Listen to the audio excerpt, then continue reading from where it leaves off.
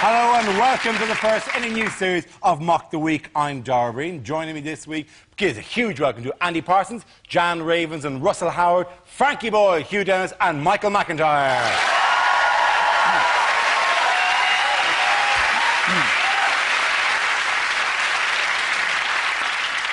We'll start straight off with the sexiest story, ladies and gentlemen. It's headliners. Here's a picture of Prime Minister Gordon Brown settling into his new office. Wow, feel the energy drain out of the room. What does GBTC stand for? Is it Give Blair This Cyanide? Is it actually Give Back Tony's Cup? Is it Grumpy Bunny Takes Control? Is it That's Gordon's... a sex toy, is it? Sorry. Is it... you got the new Grumpy Bunny. It's hideous, seriously. It doesn't much vibrate as much as a shrug. Here's an all... is it Gordon's butler, the Claw? Gordon Brown Termite Cathedral. His body has been used as a place of worship by Britain's termite community. Is it that? Hang on, no, let me check. Is it more down... No. The Gordon Brown takes charge, takes That's control. absolutely the correct answer. Well done, Hugh. There you go. Yes, the answer I was looking for was, of course, Gordon Brown takes charge. This refers to the long-awaited handover of power from Tony Blair to his former Chancellor at the end of June. Are you all enjoying Gordon Brown? Having fun with him? He's stunningly dull. I Can you imagine what the party was like when he took power? Dry crackers all round and a video of outtakes from songs of praise. This isn't Psalm 53. I think they should do what they do with boring cartoon characters and give him like a little sidekick. It's like a disco dancing raccoon, maybe. What's that, Chippy? You want me to put VAT on children's clothing? Well, you're the boss. I like the fact that he'd blame his unpopularity on Chippy. And would Chippy be constantly moonwalking behind him out of view? Just walk forward and then... and then back in again. That's the way Chippy works. Yeah, pretty much. Okay. He does look pretty uncomfortable, doesn't he, Gordon Brown? And I think that's because not a lot of people know he's actually blind in one of his eyes. And I think so, as people do know that he should wear a little patch. You see, nobody would muck with Britain then, would they? If we were run by a pirate... The trouble is, he wouldn't be some sort of swashbuckling sort of Jack Sparrow thing, would he? He'd look more, with a patch, he'd look more like the bear from Children in Need. We'd have the Right Honourable Pudsey running the country. Does that mean that there would have been meetings between Blair, Brown and Blunkett and only 3 good eyes in that room? The worst thing about that is, the other thing is... Blair could have run in the blind spot while they were chatting. And Brown could be going, I can't wait for him to go, I've never liked him, I'm going to overthrow him. And he's like, surprise, I was here all along, you didn't see me. But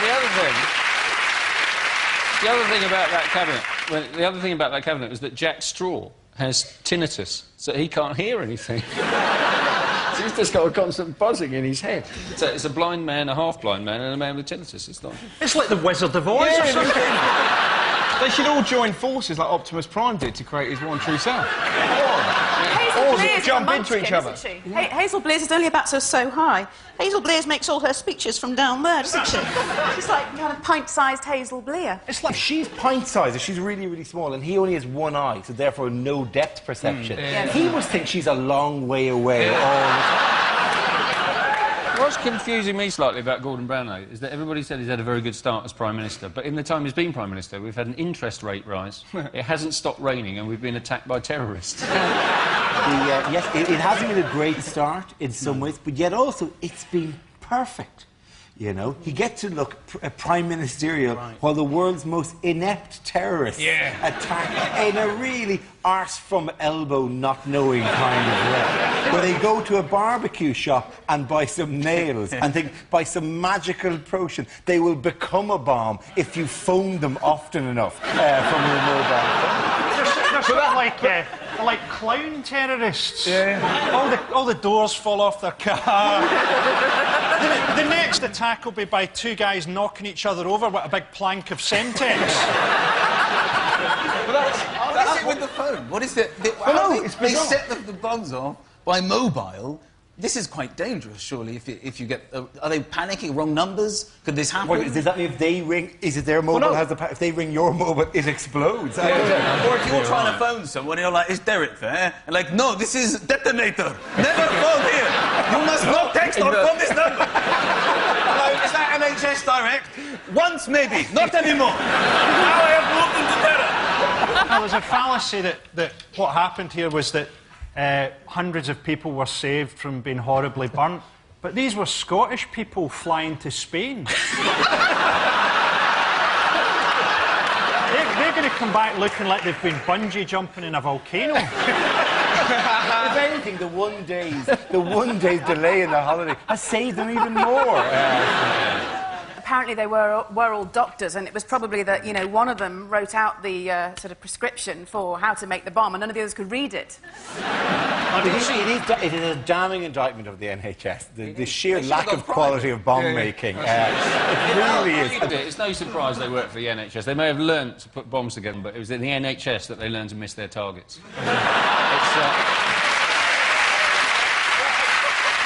But you know, I do have to say one thing. While we discuss this, the guy in flames running around Glasgow Airport shouting, Allah is good. On that one, we have to just say he may have been looking for a fast bag drop. And it all just... What was great, you know, as if someone's on flames, what they're shouting. I mean, they said it was Allah. It might have been, ah! Apparently he now has his mobile phone melted into his body. Although on the bright side, he is now much easier to get hold of. He should change his ringtone to Disco Inferno. Frankly, the best thing to come out of all the terror attacks, 2 days after the attack on Tiger, did you see who went there? Stephen Hawkins. How fantastic is that, just from nowhere? I would like to go to Tiger. And then kind of go, well, that's fantastic, Stephen. You're not afraid of the terrorists? No, it's full of slags. You know? I like to picture him rocking up, plugging himself into the sound system and just going, when I say tiger, you say rah, tiger, rah, tiger, rah. That probably didn't happen, but I like it. The NHS link has been drawn by a number of players. The Evening Standard ran a contrast between the number of people accused of terrorism in the NHS and the fact that junior doctors are finding it very difficult to get jobs at the moment under this ridiculous recruitment scheme, and they ran a headline which you could have gone, isn't it ironic? A gentle type of headline going with strange days that we live in. Instead they ran with this headline, which isn't in any way scary. NHS revolving door of terror! Which at first glance you're going, well, they should just wedge that shut, really. Rather than having people, like, you know, with like those kind of saline drips just walking around at 360 degrees, constantly going, where does the door stop? Like... Do you still, even at your age, when you go through the door and you enter, just sometimes go on for one more loop just for the hell of it? Have you ever misjudged it slightly and Yes. found yourself wedged up, Absolutely. ramming yourself into the man in front and hoping that we can please get to the opening now, because I'm just... Get to the opening?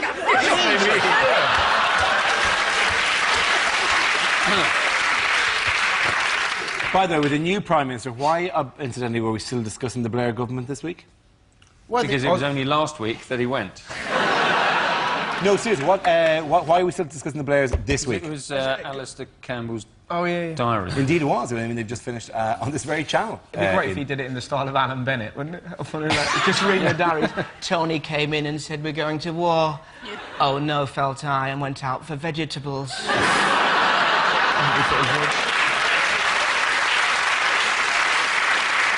But it's actually a really dull diary, isn't it? He apparently has left out 4/5 of his actual diary because he doesn't want to give David Cameron any ammunition against Gordon Brown. Then why release them now? Why not wait 10 years, 20 years. Well, exactly, but Do that Because again. he won't make as much money. Yeah, this is true. That's exactly. I suppose the question was He's less basically- rhetorical than I expected. Really. He's- Once I said it, there was actually quite a straightforward answer. To that particular question. He's actually sexed down his own dossier. What was the most embarrassing thing for Brown in it? Oh, he was stuck in the toilet, wasn't he? Yeah, he was, It's a night... yeah, he was, yeah. He was... When they were deciding who was going to take over from John Smith. Who's stuck in the loo? Brown got Brown trapped got stuck in a the loo. toilet. A bathroom, not in the toilet. Wait a minute, Sorry. when they were Like on an airplane because the suction dragged him down. He's scraping, looking for purchase to drag him to He really likes that bit from Trainspotting. coming over. He got stuck in a bathroom and he had to make a mobile phone call to Blair. And Blair had to go and put the key to the window and he had to hand the key out to her. Aren't diaries a sort of weird way to present information in the modern world? Today we lied about our reasons for going to war. Oh look, it's Pancake Tuesday. At the end of that round, the points go to Hugh, Frankie and Michael!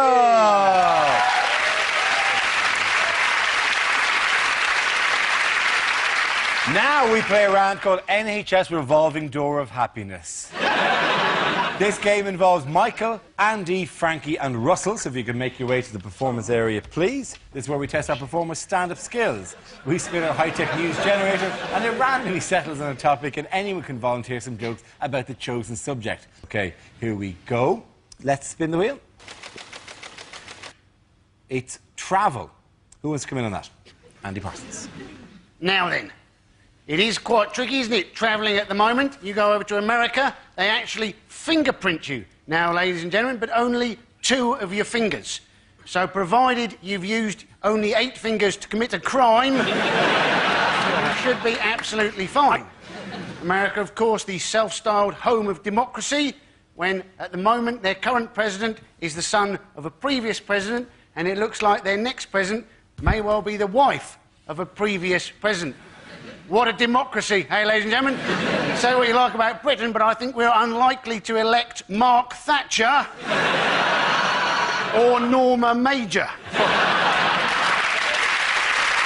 Thank you very much, Andy.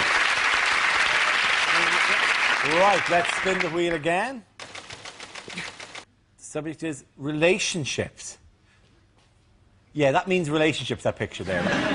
Yes, I am in a relationship with my wife. Thank you. We've married for 3 years and we've been together for 8 in total. And supposedly this is enough for her to say to me the other day, quite by surprise, she says, I want to try this thing. My friends have done it. I've seen it on the TV. It's really good fun. Just say you'll do it. I'm like, I don't know what to do, so I can't really agree to that. Just say you'll do it! So I thought, OK, well, I don't want this to be a row. I haven't really said anything yet. So I said, fine, what is it? She said, great!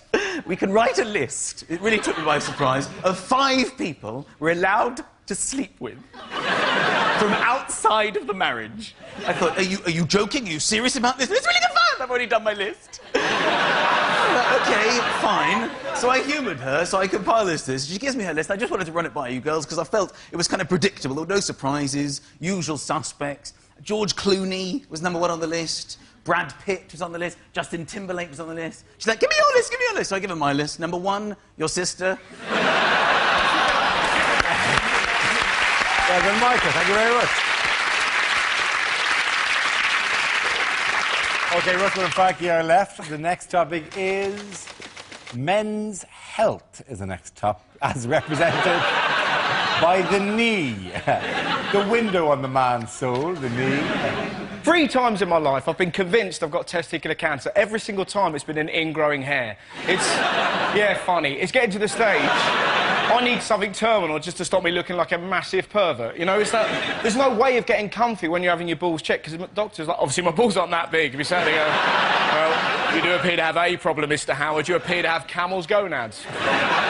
But you don't know where to put your hands, you know? You can't sort of do that or anything. I toyed with the idea of doing that firmly.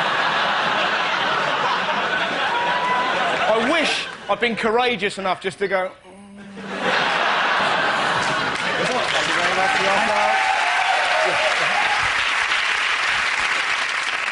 Well, now that we've comprehensively dealt with the topic of men's health, Frankie, let's see what you've been left with. I'm guessing sport.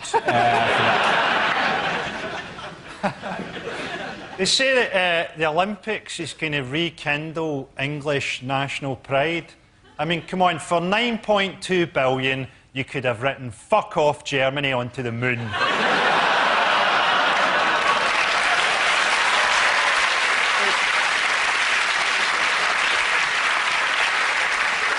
It's good they're holding the Olympics in the East End of London. It means the athletes will have to use extra skill to work out which of the gunshots they heard was the starting pistol. Glasgow's getting in the act. Glasgow's bidding for the Commonwealth Games. Be good to finally see an international athletics event with a crowd fail a drugs test. The East End of Glasgow is already like an Olympic village. Lots of people who struggle to speak English wandering around in tracksuits. Thank you, boys. And Ian Russell gets the point for that one. Come back down. Our next round is called Newsreel. We play in a piece of footage featuring people in the news and ask Hugh and Jan to suggest what's being said. This week, the Queen hosts the Arsenal team. Or maybe if I hide behind this door, she will never see me, so... bollocks. Hello, you're from the Renault commercials. Va-va-voom. That is very funny, your Madge. Let me introduce you to the players. This is Julio. He's here. Why has he got his hand on his hipney like that? Expecting a free kick of some sort. This is Not in the penalty Gilberto box now. and Edmilson. They are Brazilian. Oh, I like a Brazilian. Philip prefers a welcome mat. Yes, but, you would. yeah. Anyway, this is Jens. He is German, like you. Yes, we don't talk about that. And this is Freddy. He is our best-looking player, but yes, he has never married. Oh, I think I saw him at one of Edward's parties, actually. Now, look, I want to know, I found this in my attic, as a matter of fact. I wonder if you could tell me if it's worth it. Well, £30, possibly 30, 20... No, look. Oh, gosh, it's worth about £5. He told me 40 quid, the bastard. That is quite ridiculous. You see, those things, they are available on eBay for maybe £2, £3.50. That includes the packaging. They're worth nothing, Your Majesty. Don't talk to the Queen like that. What do you mean? I tell you, people like you, where I come from, we rounded them up. And then we took them outside and we chopped their heads off.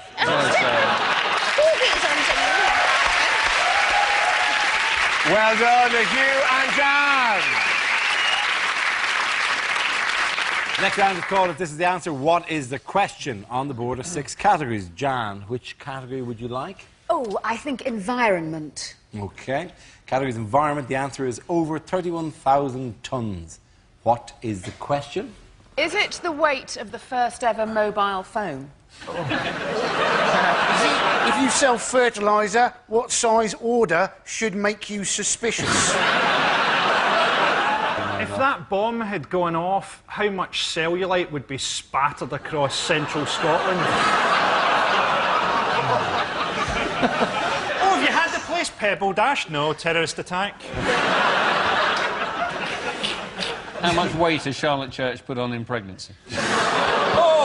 How dare you? I'm sorry. Wrong. Yeah. When Tony Blair was asked how many Iraqis he'd killed, what was his callous reply?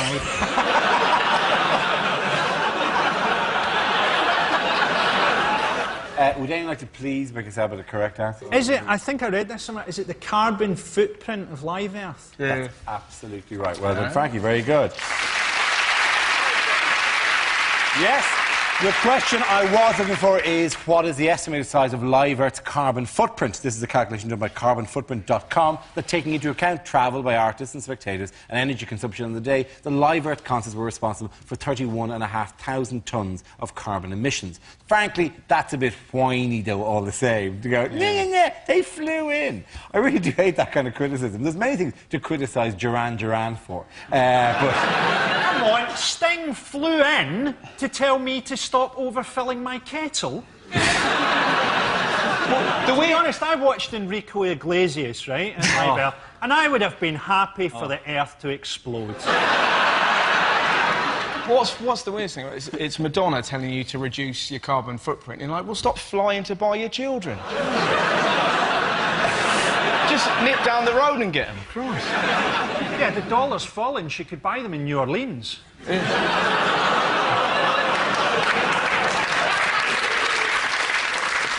They said I read this thing, it said if you miss one wash a week, you save 5,000 litres of water per year. God bless tramps. It's amazing. They're doing their bit for the environment. One of the facts that I found quite interesting was apparently cows farting is a real problem. Yes. Apparently, it always has been. cows let out 400 litres of methane. They're saying, oh, well, we should all become vegetarian. We shouldn't have so much cattle. But I'm thinking, surely that's part of the problem. Cows are vegetarian, isn't it? If we all become vegetarian as well, we'll be trumping ourselves to oblivion. I've looked into it, you know, and I'm quite optimistic about our future environmentally, because I think just at the point where Britain bursts into flames, it's going to be hit by a tidal wave. I think what would be great would be in 20 years' time if the whole Earth bursts into flames and just in our last moments we see a giant alien hand come down with a marshmallow. Oh, it's so difficult to get one of these going, but it's worth it. We just had the wettest June since records began, which is my favourite expression. Because there's this time, it refers to this time when records began. Before there were records, people didn't know what on earth was going on. People just walk outside, it feels different to yesterday. In what way? Are you writing this down? I'm not writing this down. What did you write down? What about you? You have a pen. I'm busy, I'm drawing, I'm creating. Is somebody going to keep these records? Then somebody thought, fine, enough, I will do this. Records have begun. Now, that first year must have been quite a record-breaking year, don't you think? Every day, another one tumbling.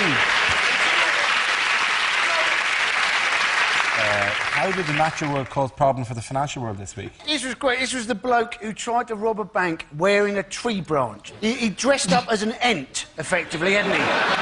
It was almost drama classes. Be a tree, be a tree. But be a tree who wants to rob a bank. This is him. This is him.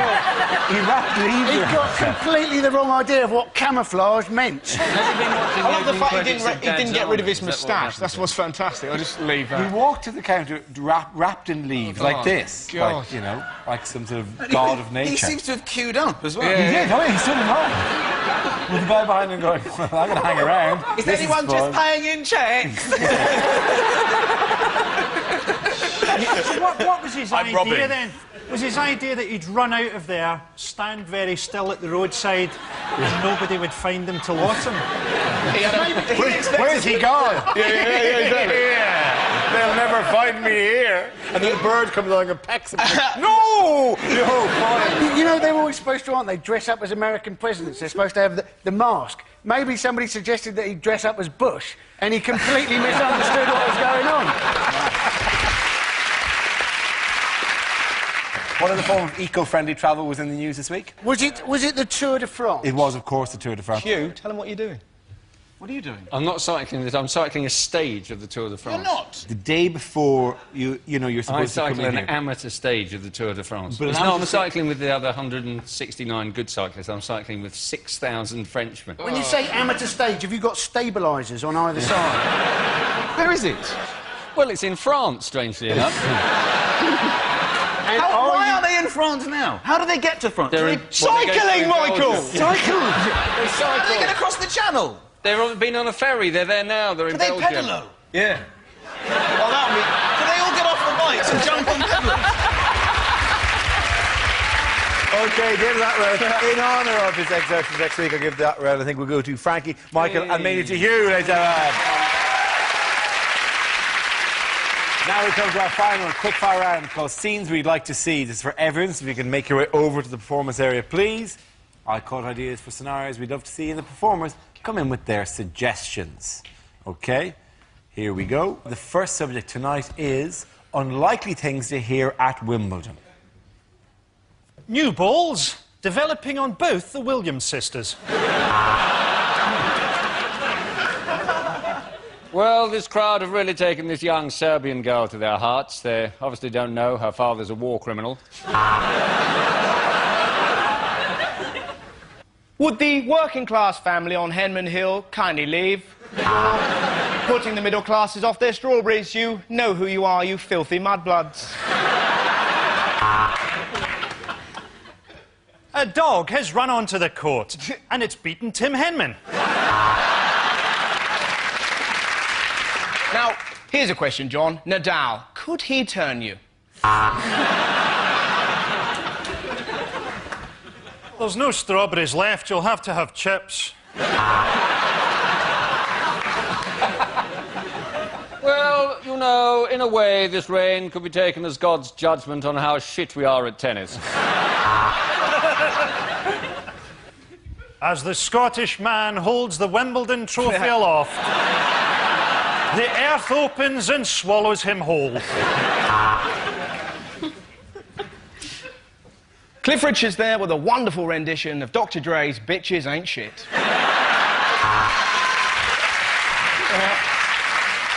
Oh, my goodness, that's a double fault. One for being a woman, the other for being German.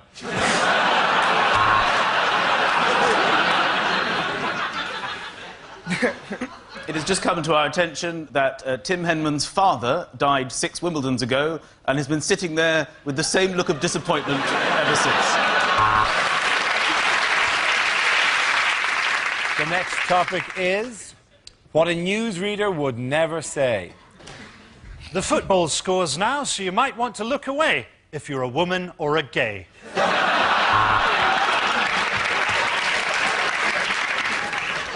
Good evening, here is the news. I'm Moira Stewart. Why did the BBC sack me? Is it because I is black? Just watching that press conference, I wouldn't be surprised if it was her stepfather that did it.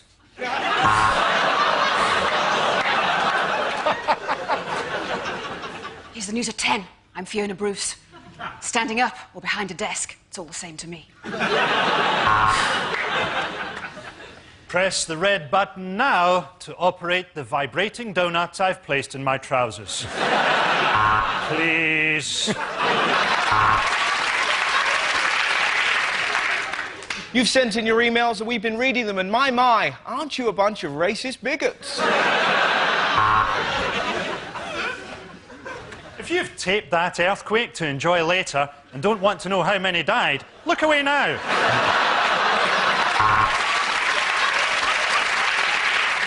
Wimbledon news now, and Tim Henman, you know the rest.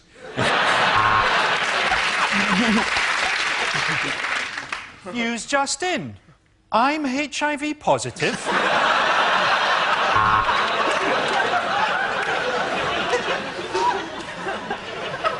Well, time for your own regional news now. I'm off for a dump. See you in 10. At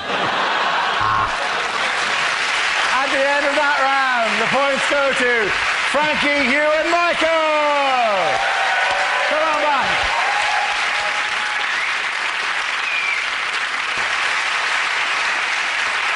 That's the end of the show. This week's winners are Frankie Boyle, Hugh Dennis and Michael McIntyre.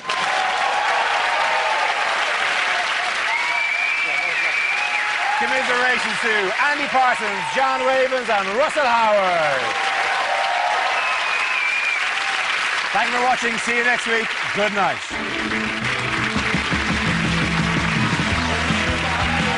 Keep It Comedy next on BBC Two, blasting off for a brand new series. The crew are back with Hyperdrive. Then Pensioners with Attitude. Jack and Victor return, losing their cool in the heat. Still game at 10.